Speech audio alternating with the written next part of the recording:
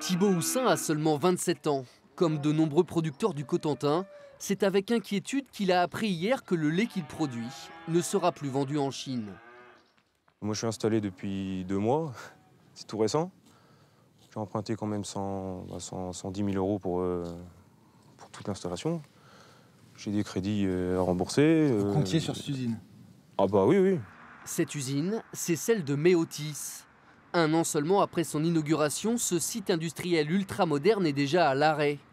Les maîtres laitiers du Cotentin devaient pourtant produire ici chaque année 700 millions de briquettes de lait infantile destinées à la Chine.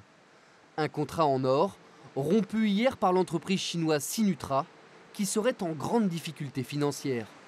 C'est du vol manifeste. C'est du vol pour vous? Bah pour moi c'est du mensonge, c'est du vol. Alors après, peut-être qu'ils étaient sûrement... ils étaient peut-être trop gourmands. Mais moi, ce qui me dérange un peu, c'est que toute cette gourmandise, ça impacte les ouvriers, les coopérateurs, des gens qui veulent travailler. La direction des maîtres laitiers assure que les 120 salariés qui travaillent à Méotis seront tous redéployés sur d'autres sites.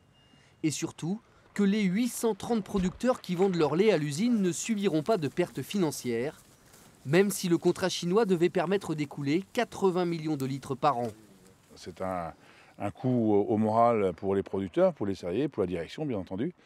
Mais c'est aussi une occasion de solidarité, de rebondir, de faire confiance et d'avancer, de continuer à avancer. Il y a un investissement qui a été fait. Nous, les producteurs, on a investi pour répondre à la demande de notre coopérative. Donc, on fait confiance à la direction, au conseil d'administration pour trouver de nouveaux marchés.